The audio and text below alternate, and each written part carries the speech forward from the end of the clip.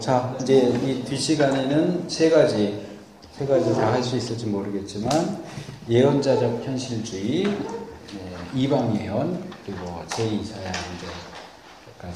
제2사야는 뭐 할 수도 있고 안 할 수도 있고요. 여기 앞에. 자, 예언자적 현실주의라고 하는 표현을 들어보셨겠죠? 처음 들어보세요? 처음 들어보시는 분이 더 많으신가 본데요? 대부분 들어보셨을 것 같은데, 이게 제가 알기로는 예전에 그 손봉호 교수님이 한참 활동하실 때 이 표현을 되게 많이 쓰셨어요. 그분이 이 표현을 만드셨는지는 모르겠는데, 저는 이제 그분 책에서 이 표현을 봤거든요. 근데 다른 분들은 그렇게 많이 쓰지는 않긴 하는데, 근데 우리가 선지자들을 이해하는 데 있어서 이 예언자적 현실주의를 이해하는 것은 굉장히 중요합니다. 현실주의적인 예언자가 아니고 예언자적 현실주의. 그러니까 예언자적 현실주의가 얘기하는 게 뭐냐 하면, 이제 우리가 이 현실주의라는 단어를 들으면 오해하기가 쉬워요. 근데 이거예요. 요게 우리 현실이에요. 그리고 이제 여기에 좀 반대되는 개념으로 이상이 있죠.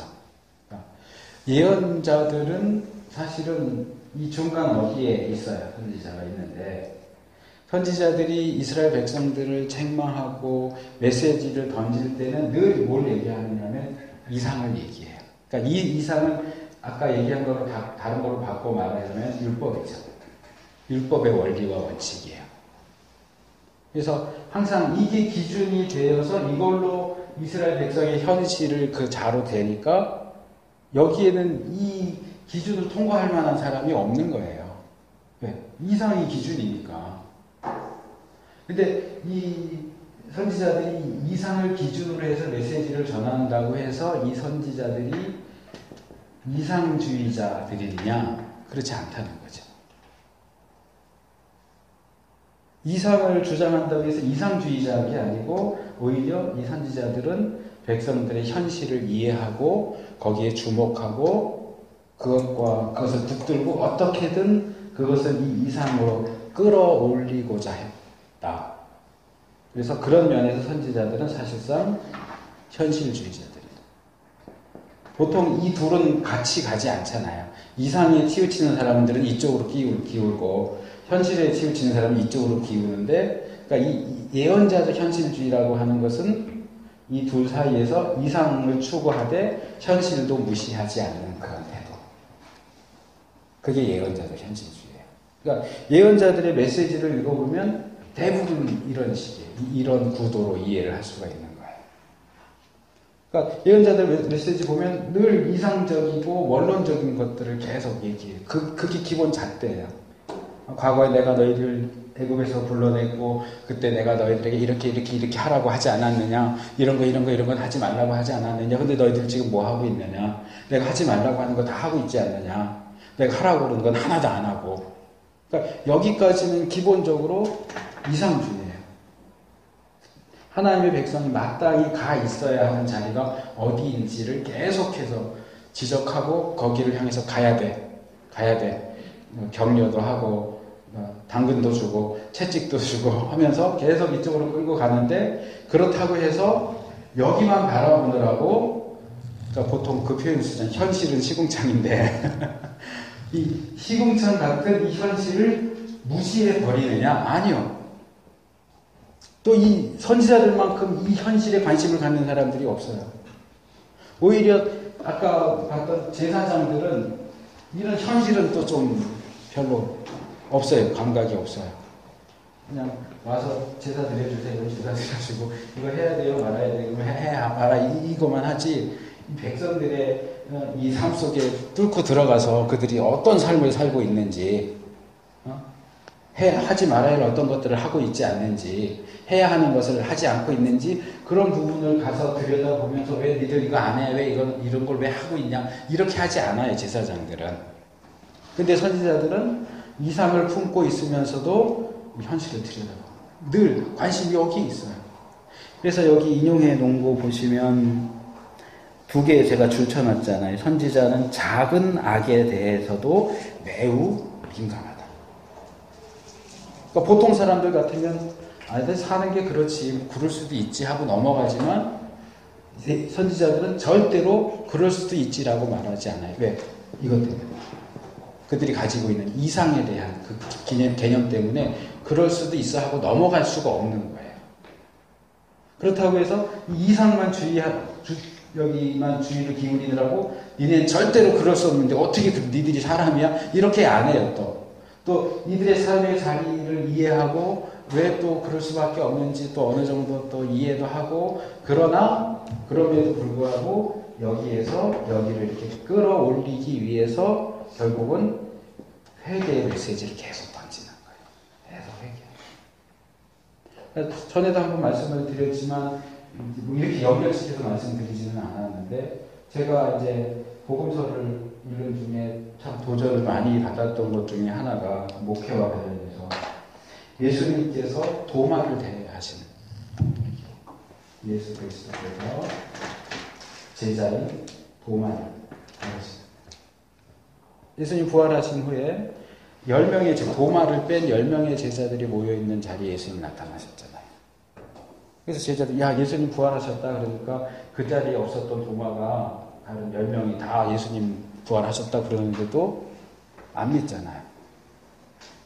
이 사람 지독한 현실주의예요. 안 믿어. 뭐라 그래? 그러면서 내가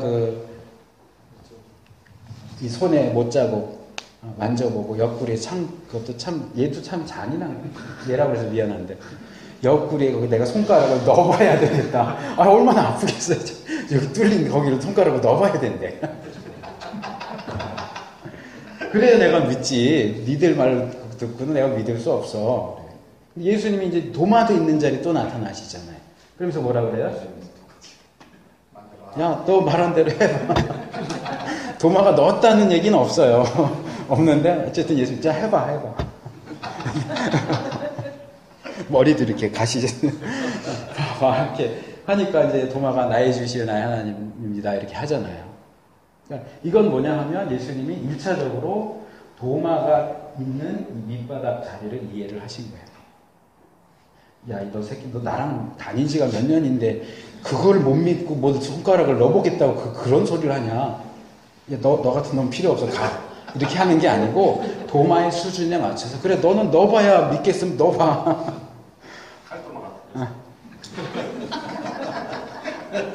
해서 이 수준에 일단은 맞춰주시고, 근데 이 수준에 맞춰주는 것으로 끝나는 게 아니고 그 다음에 한마디를 툭 던지시죠. 뭐예요? 너는 보는 거로 믿느냐 보지 않고 믿는 자가 복되다. 내가 원하는 수준은 보고 만져보고 손가락 집어넣어야 믿는 수준이 아니고 보지 않아도 믿는 게 내가 원하는 수준이야. 근데 예수님 원하는 수준이 그거라고 해서 도마 너희 새끼 이것도 못 믿고 너 가 이렇게 안 하고 그 수준에 맞춰서 일단 내려가줘요. 그거 믿을 수 있게 해줘요. 그리고 그 상황에서 여기로 끌어올려 주시려고 하시죠. 그러니까 우리 목사들이 하는 일이 그거예요. 성도들을 볼 때 저거 믿음도 없고 맨날 얘기도 하나도 안 바뀌고, 제가 예전에 있던 교회 목사님이 종종 하시는데 저건 내 양이 아니야. 아니 목사가 말하는데 말 안 들으면 저건 내 양이 아니야. 근데 제가 한 번은 너무너무 궁금해서 여쭤봤어요. 왜냐면 그때 제가 청년부 할 때인데 정말 청년부에서 정말 말 안 듣는 여자애가 하나 있었어. 막 대들고 그래갖고, 목사님 내 양이 아닌 경우에 어떻게 해야 되죠? 대답을 안 해주시더라고요. 근데 그 후로도 계속 내 양이 아니야 그러시는데, 너 수준이 이렇게 바닥이다. 그래서 너 내 양 아니야. 이렇게 버릴 게 아니고 그 양을 이끌어서 거기에 맞춰서 또 하시면서도 넌 그냥 거기 있어 그러는 게 아니고 여기서 이렇게 슬금슬금 끌어올려서 예수님 원하시는 보지 않고도 믿는 자리로 이끌어가는 그 일을 우리가 해야 되는 거예요. 다음 주 부활절 꼭 봐야 되겠다 생각이 드네요.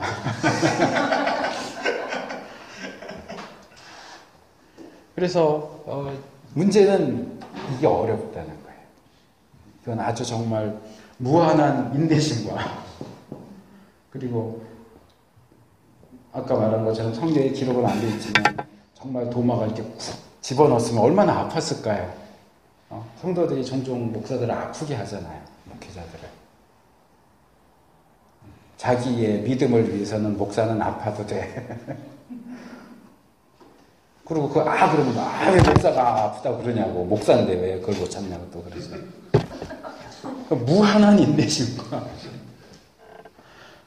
그러면서도 결코 현실을 무시하지 않으면서도 이상을 놓지 않아요. 하나님 우리 원하시는 게 분명히 있잖아요. 우리를 목사로 세우신 목적이 있잖아요. 성도들을 양떼를 이끄는 거예요.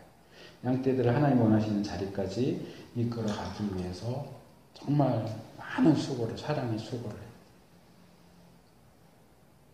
그래서 이 삼중적인 거 신약에 나오잖아요. 믿음, 소망, 사랑. 우리에게 다 필요하고 특별히 그 데살로니가전서 1장에 보면 그게 나오잖아요. 믿음의 역사, 사랑의 수고, 소망의 인내. 우리가 믿는다면 그 믿음 가운데 일해야 되고요. 히스토리 역사 말고 워크잖아요. 일해야 되고 사랑한다면 수고해야 돼요. 말로는 사랑한다고 그러는데 손가락 까딱 안 하는 걸 사랑하는 거 아니죠. 사랑하면 수고해야 되고 소망이 있다면 인내해야 돼요.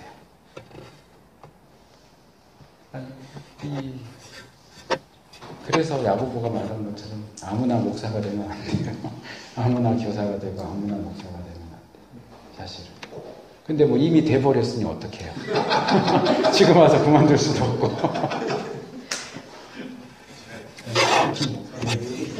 자기심도 들고. 그러니까 기도하셔야지. 하나님 저에게 인내를 주십시오. 빨리 주십시오. 어쨌든 이게 예언자적 현실주의입니다. 그리고 이거는 사실 목사도 가지고 있어야 돼요.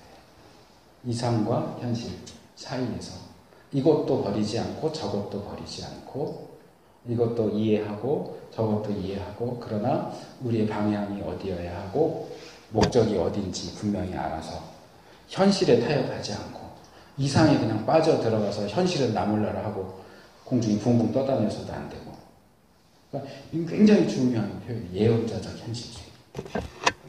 그걸로 우리가 선지자들을 읽을 때 과연 이 사람들이 어디에 초점을 맞추고 있는가, 이 사람들의 기본적인 사상과 사고가 어떻게 되어 있는가 하는 것들을 잘 이해해야 되죠.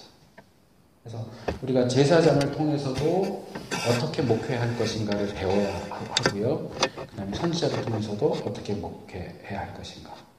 물론 개인 특성에 따라서 그러니까 이 표현을 붙여야죠. 아까 말한 것처럼 어떤 분들은 그런 정말 이상한 얘기를 하는 분들이 있는데 오늘날 목사는 제사장이니까 교회에 나오는 11조는 다 내가 가져가야 되는 그런 분들이 있는데 목사가 제사장이 아니죠. 그러나 제사장적 사역을 하는 거예요.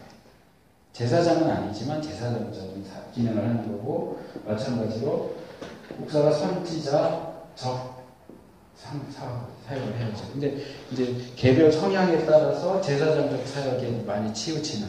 그러니까 뭐 예를 들면 좀 교육적인 목회, 가르치는 쪽의 목회가 아마 좀 제사장적이라고 말한다면 막 이제 선포하고 요즘 같은 때 유 목사님 그러실지 모르겠는데 정치적으로 막 혼란할 때 뭔가 교회가 목사가 선지자적인 목소리를 내야 돼 이렇게 해서 또 이제 성경적인 얘기에 따라서 이렇게 메시지를 뭐 전하신다거나 뭐 그런 것도 이제 선지자적인 이제 사역이죠.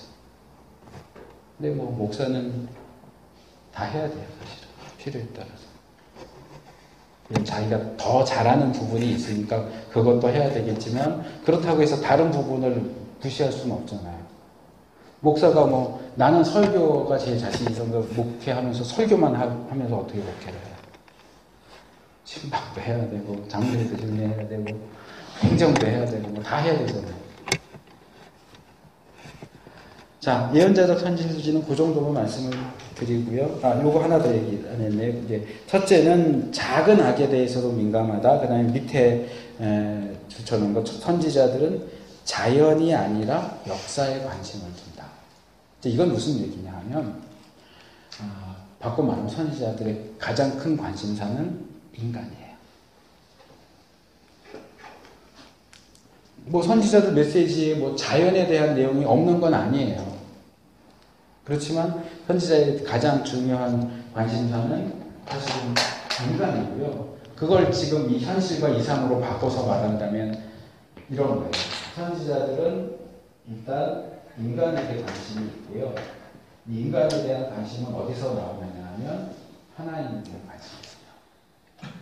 그래서 선지자는 이 양쪽 하나님과 인간 사이에서 중재하는 역할을 해야 되고, 요걸 이제 다르게 말하면 존 스투어트 목사님이 그 얘기를 했는데, 모든 목사들은 한 손에는 성경을, 한 손에는 신문을 들어야 된다. 이렇게 되는 거죠.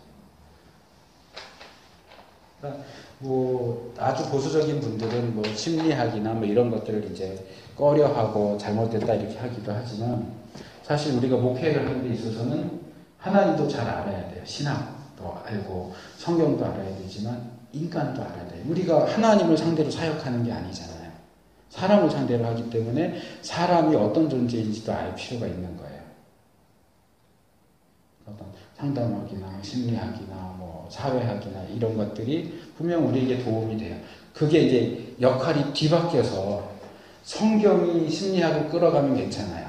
성경이 상담을 끌어가고 그러면 좋은데, 심리학이 성경을 끌어가면 잘못되는 거죠. 이제 거기 그런 것에 대한 염려 때문에 이제 좀 보수적인 분들은 이런 인본주의적인 심리학, 상담학 이런 걸 교회로 끌어들이면 안 된다 이렇게 얘기하지만, 그럼 뭐는 뭐 심리학, 상담학만 인본주의적이고 신학은 뭐 안 그런 거예요? 신학 그 사람이 하는 건데, 지금 계속 이제 우리 사모님들 사실 제가 좀 죄송한데 자꾸 비평주의자들이 뭐라 그런 얘기를 해서 근데 이 주제를 꺼내려면 이제 꺼내느라고 하는 거예요. 근데 그 부분에 대해서 더 뭐 제가 학문적으로 얘기하지는 않으니까. 그렇지만 그것도 얼마든지 연구하는 신학자에 따라서 굉장히 다양한 이론들이 나온단 말이에요. 신학이라고 해서 통일된 하나가 있는 게 아니잖아요. 어떤 신학이냐? 그게 좋은 신학이냐? 나쁜 신학이냐? 마찬가지로 꼭 좋은 심리학이냐? 나쁜 심리학이냐? 이런 그런 부분들을 우리가 좀 관심을 가지고, 한편으로는 하나님을 이해하려고 노력해야 되고, 한편으로는 사람을 이해하려고. 사람을 이해하지 못하면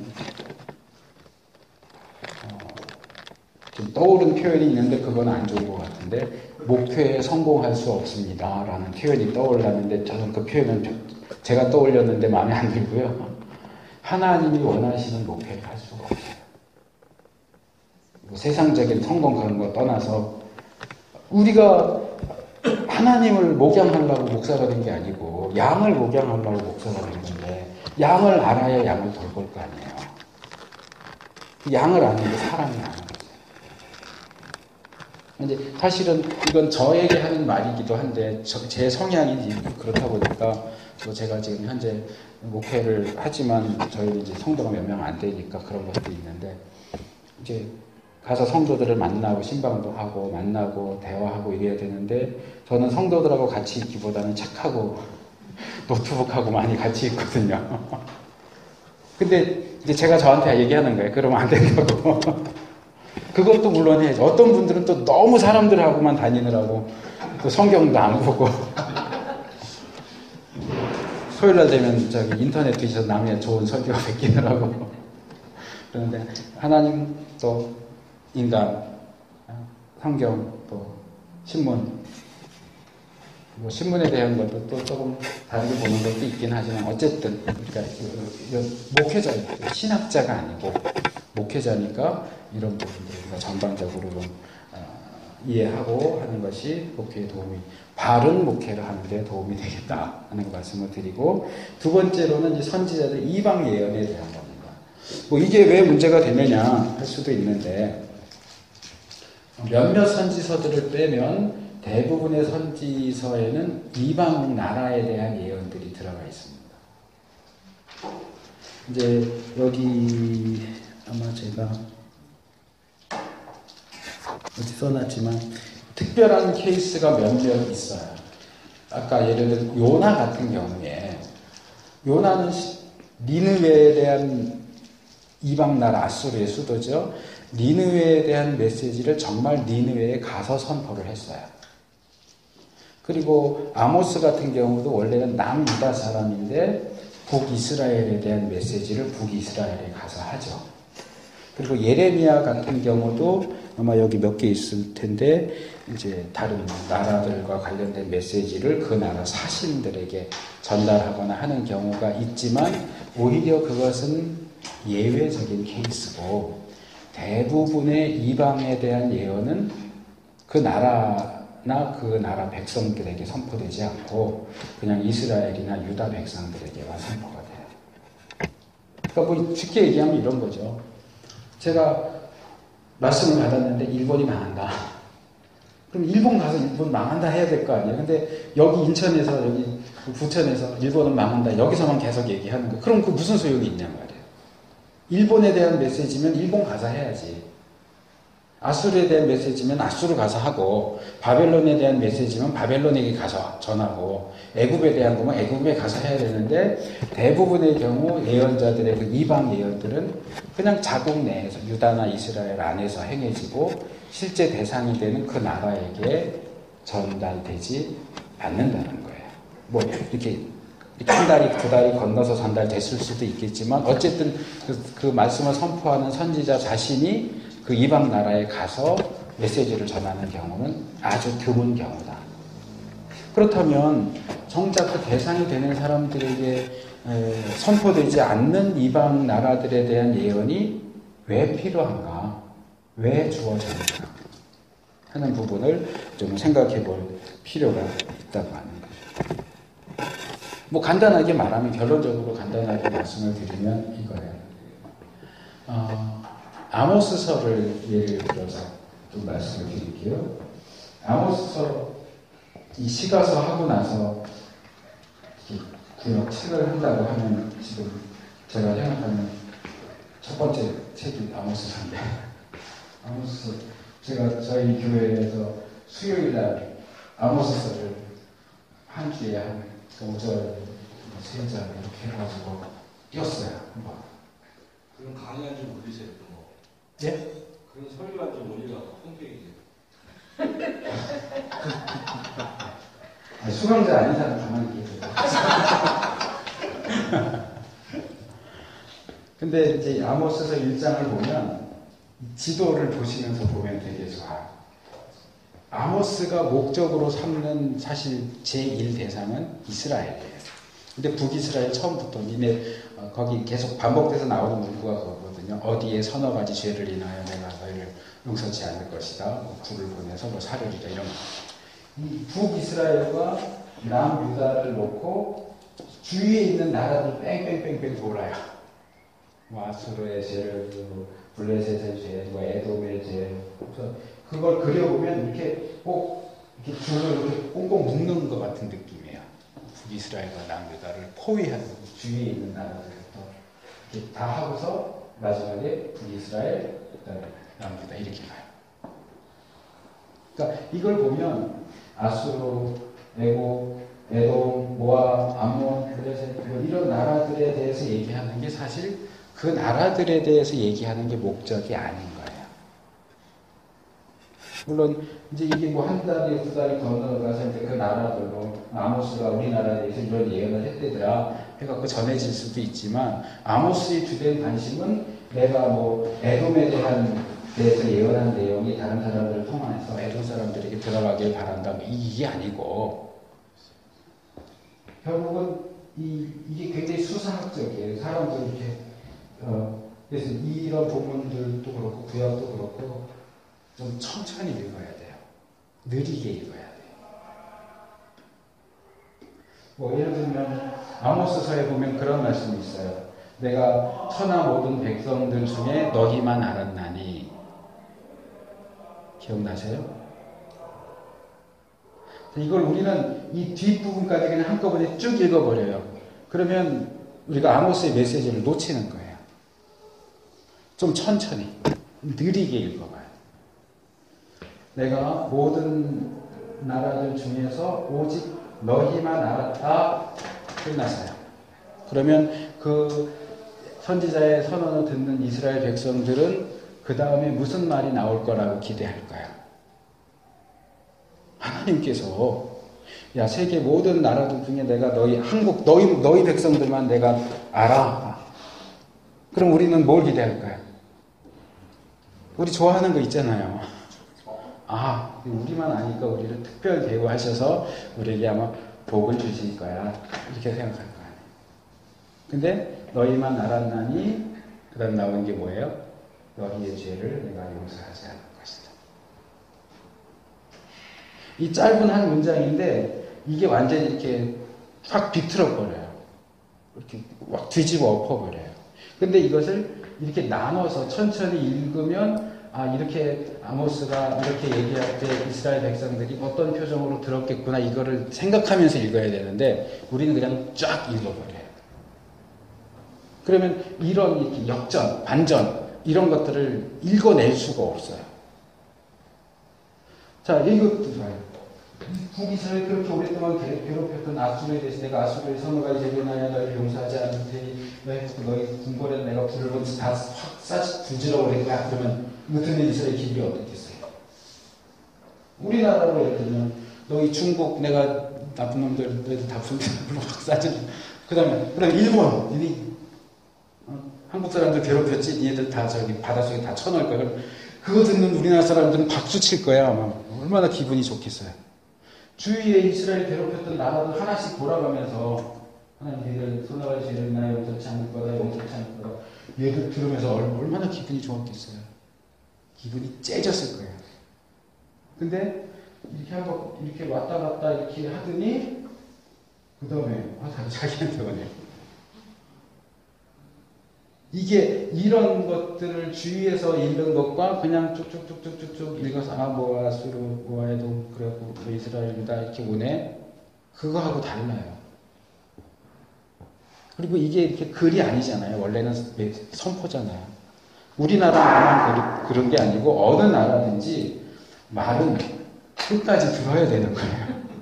그 다음에 무슨 말이 나올지 모르잖아요. 그러니까 우리가 들을 때는 성경을 읽을 때 조금 천천히 템포를 좀 한 템포 늦춰서 이렇게 잘라서 이렇게 들으면 우리가 평소에 이렇게 제가 예전에 어디 치과 갔다가 할 게 없어서 거기는 신문을 봤는데 그 누구죠? 뭐 동열이도 가고 뭐 그랬더니 야구 감독 누구죠? 김은명 감독님 그 인터뷰 기사가 나왔더라고요. 근데 이제 그분 벌써 몇 년 전인데 이제 시골로 내려가서 뭐 텃밭 일 보고 뭐 이러는 중에 이제 기자가 가서 인터뷰를 하는데 그분이 그런 말을 해요. 내가 감독 생활할 때는 몰랐는데 이렇게 시골에 내려와서 이렇게 좀 한가하게 이렇게 텃밭도 가꾸고 이러다 보니까 그전에는 말하자면 기차 타고 휙 지나가느라고 뭐가 있는지도 몰랐는데 이제 기차 안 타고 차 안 타고 걸어 다니다 보니까 아 여기 꽃도 있고 뭐도 있고 이런 게 다 보이더라는 거예요. 우리가 성경을 읽을 때 차 타고 휙 지나가는 것처럼 읽으면 안 돼요.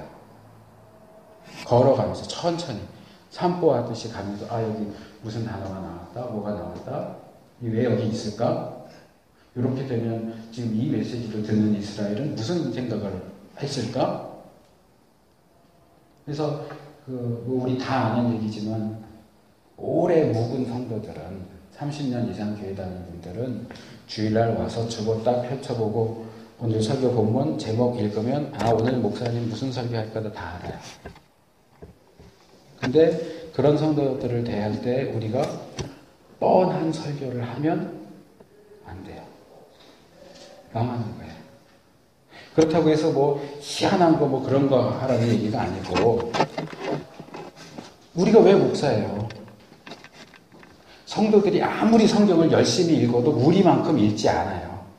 우리만큼 연구하지 않아요.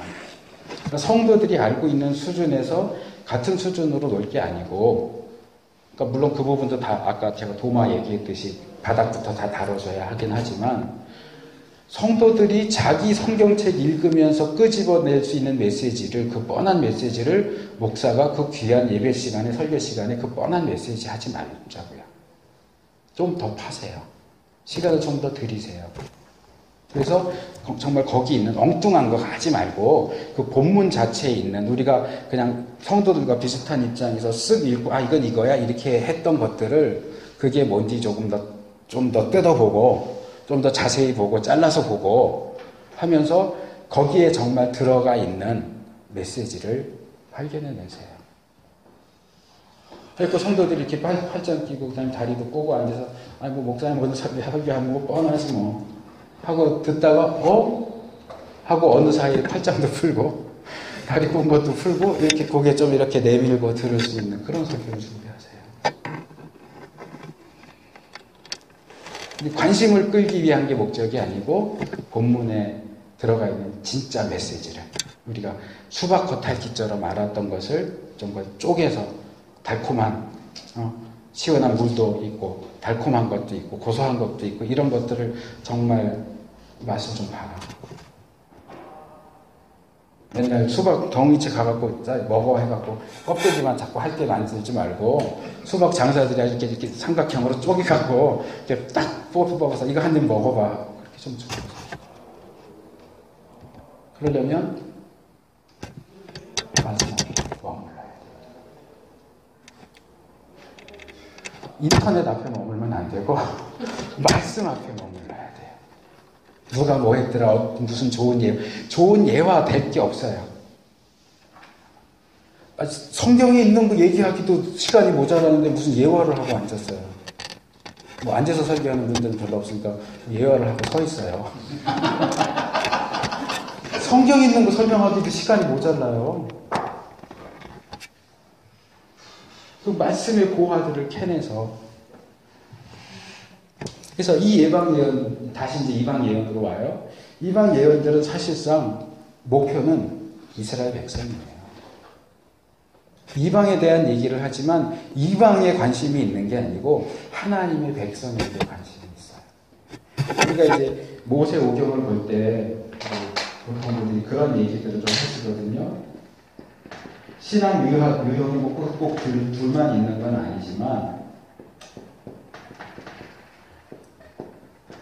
아브라함 스타일이 있고 야곱 스타일이 있다고 이렇게 얘기해요.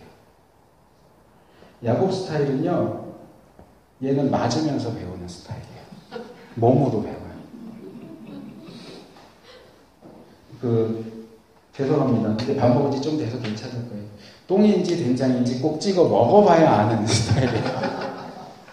거기에 가면 되는지 안 되는지 일단 무조건 가서 한 대 맞으면 가면 안 되는구나. 그리고 또 다른데 안 되는 데로 또 가.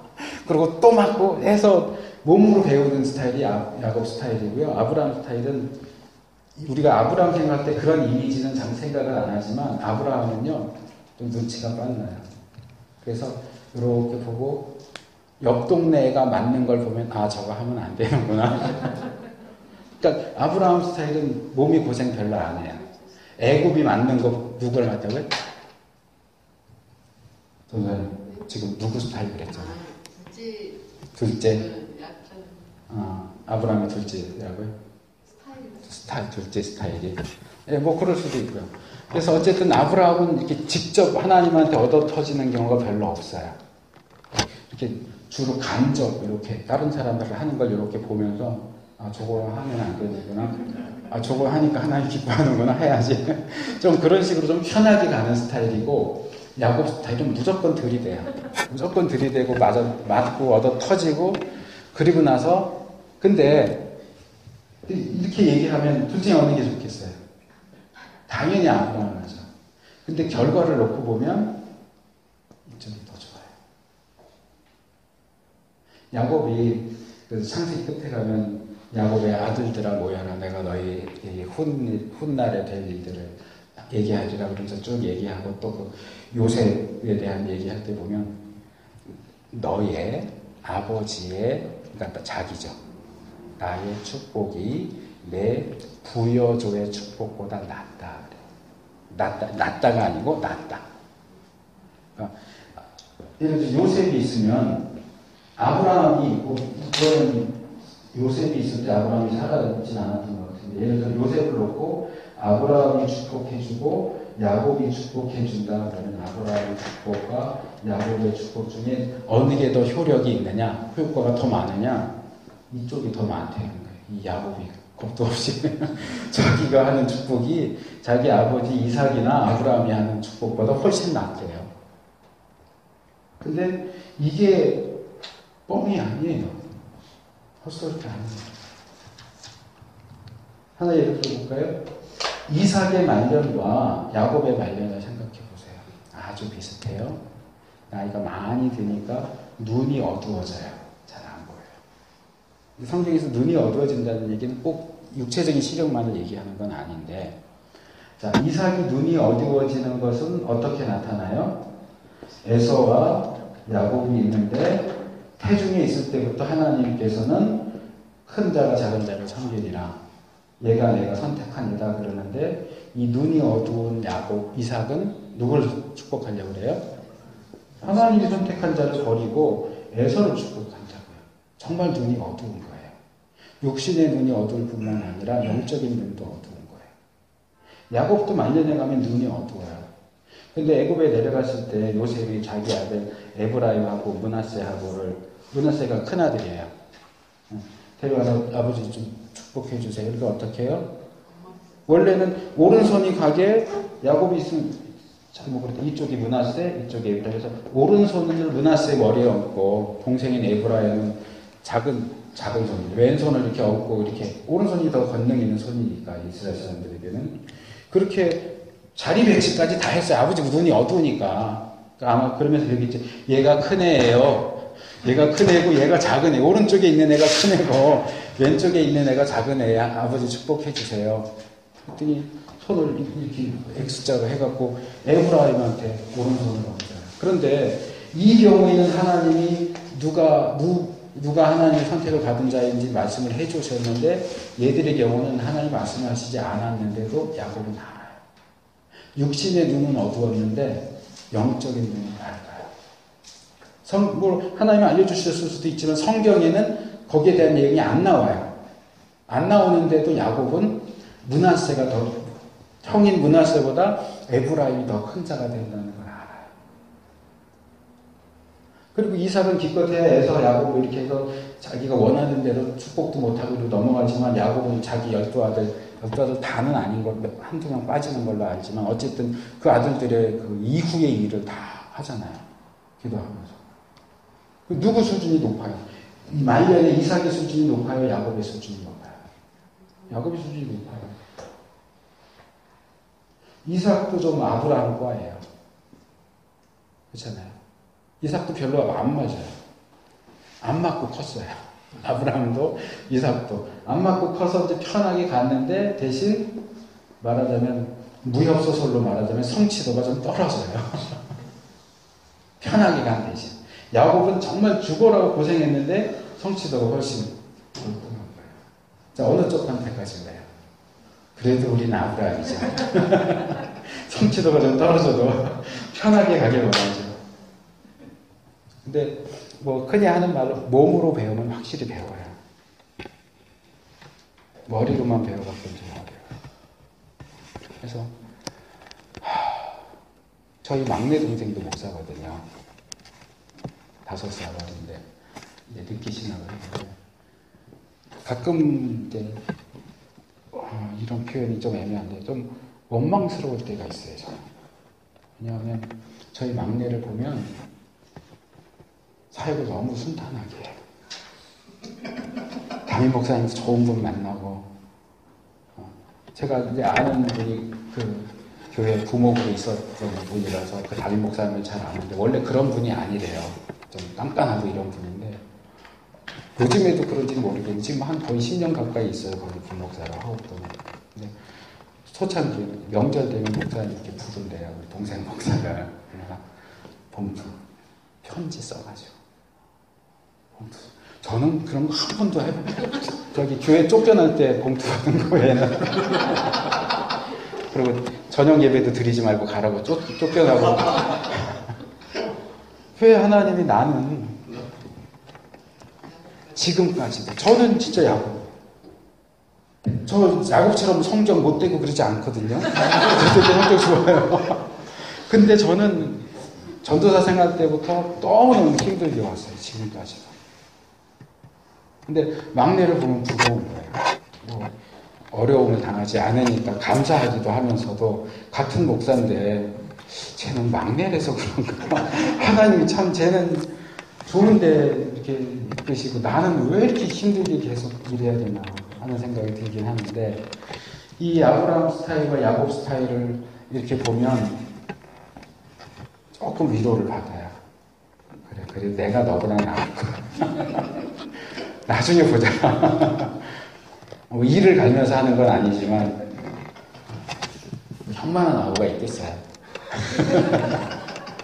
그래서 제가 이 얘기를 하는 것은 이제 여러분들 중에도 지금 힘들고 어려운 시기를 통과하시는 분들이 있으실 텐데 이 힘들고 어려운 이 과정을 겪으시는 분들은 하나님이 나를 야곱 스타일로 키우시는 것 같다 생각하시고 정말 마지막은 창대하리라. 내가 하는 축복이 이 어려운 시기를 견디면서 내가 예배 때 설교하고 예배를 마칠 때 하는데 축복이 어떤 다른 평안한 생활을 해왔던 목사님들이 하는 축복 기도보다 더 하나님이 기뻐 받으시고 정말 이 기도에 고개를 숙이는 우리 성도들이 그 복을 받아들이게 됩니다. 확신하시고 위로를 받으시기를 바랍니다. 어쨌든 다시 돌아오면 이런 이방 예언들이 기본적으로 목적으로 삼는 것은 하나님의 백성이에요. 그러니까 하나님이 이스라엘은 우리의 하나님 이렇게 하지만 이방 예언의 또 한 가지 의의는 하나님은 이스라엘만의 하나님이 아니고 온 세상의 하나님이에요. 모든 나라들도 다 주관하시고 주장하시는 하나님이에요. 그것도 이제 보여주는 거지만 사실 가장 중요한 메시지는 그거예요. 하나님의 백성. 내가 너희를 위해서 다 이 지지고 복구하는 게 사실은 다 니들 때문이야. 우리가 하나님 앞에 얼마나 대단한 존재고 우리가 얼마나 하나님을 귀하게 여기시는 존재인지를 알아야 돼요. 그냥 앉아서 야 저기 중국 놈들, 일본 놈들, 또 요즘에 또 반미랑좀 저 미국 놈들 하나님 때리시는데 야 통쾌하다 그러고 있을 게 아니고 왜 하나님이 중국을, 소련을, 일본을, 미국을 그렇게 엎어치고 외치고 하시는가? 우리 때문에. 나 때문에.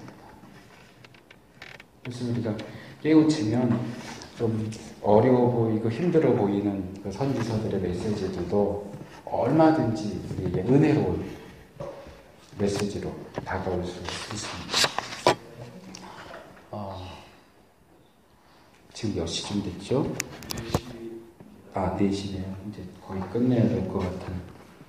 시간이 지난 건 아니구나. 이제 끝내야 될 시간. 이 제2사야의 문제는 제가 그 밑에 각주를 좀 달았어요. 이제 비평주의자들이 제2사야에 대해서 뭐라고 말하는가를 그 위에 해놨고, 이제 이 부분을 우리가 이런 식으로 좀 읽고 이해를 하면 꼭 이 비평주의자들이 말하는 것처럼 이제 비평주의자들이 말하는 거 간단하게 말하면 이사야서를 이사야 한 사람이 쓴 게 아니라는 거예요.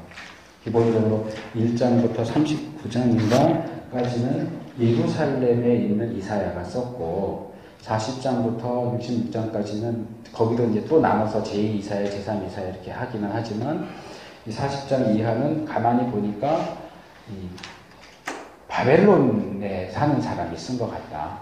근데 이게 나중에 어쩌다 보니까 그냥 이사야서로 합쳐진 거지 이사야서는 최소한 2명, 3명 이상이 쓴 거고 한 사람이 쓴 게 아니다. 사람도 다르고 시기도 다르다. 이제 그렇게 이제 주장을 하는데 거기에는 첫 시간에 제가 말씀드렸던 것처럼 이 비평주의에 있는 사람들은 일단 예언의 가능성을 인정하지 않아요. 그러니까 예루살렘, 우리가 알고 있는 이사야가 한참 뒤에 이제 바벨론에서 어떤 상황들이 벌어질까를 예언한다는 것이 불가능하다는 거죠. 그러니까 한참 뒤에 바벨론 상황에 대한 얘기는 그때 사는 사람이 썼겠지. 당연히 어떻게 우리가 아는 이사야가 썼겠어. 이러면서 1, 2 이렇게 나눠가지고 이제 성경을 자꾸 조각조각 나누려고 하는데 우리 입장에서는 충분히 한 사람의 이사야가 썼을 가능성을 생각할 수 있어요. 충분히. 그래서 이것은 이제 제가 일부러 그 앞에다가 그 내용을 썼어요. 이제 제가 설명을 못해도 한번 이 부분들을, 인용하는 부분들을 읽으면서 나름대로 한번 비판을 하는 훈련을 좀 한번 해보시면 좋겠다라고 이제 했고, 지금 각 뒤에다 또 어떤 것들은 써놨으니까 보시면서, 사실 이거는 우리의 생각 훈련이에요. 생각 훈련. 그러니까 우리가 인정할 수 없고 받아들일 수 없는 주장을 누군가가 할 때 그것을 우리가 어떻게 논박하고 어떻게 우리의 그 보수적인 전통적인 시각을 지켜낼 수 있을까 하는 그런 훈련이고, 또 이것은 꼭 학문적인 영역뿐만 아니라 우리가 교회에서 성도들을 가르칠 때도 성도들이 신학을 안 배웠어도 가끔가다 굉장히 날카로운 질문을 할 때가 있어요. 그럴 때 괜히 그냥 막 화내면서 믿음이 없다고 기도 안 한다고 그러지 마시고, 그럴 때 좀 이렇게 차근차근 논리적으로 이렇게 좀 설명도 하시고 답도 시켜주시면 성도들이 더 존경하죠. 저희가 어렸을 때 그렇게 질문하면 기도하라고 그러고 쓸데없는 질문한다고 그러고 믿음이 없다고 그러고 그러셨잖아요. 이 위에 목사님들이. 근데 이거 참 나쁜 거예요. 그런 쪽으로 하시면 도움이 되실 것 같고요. 일단 오늘 강의는 제가 여기까지 하도록 하겠고요. 혹시 뭐 질문하실 거 있으시면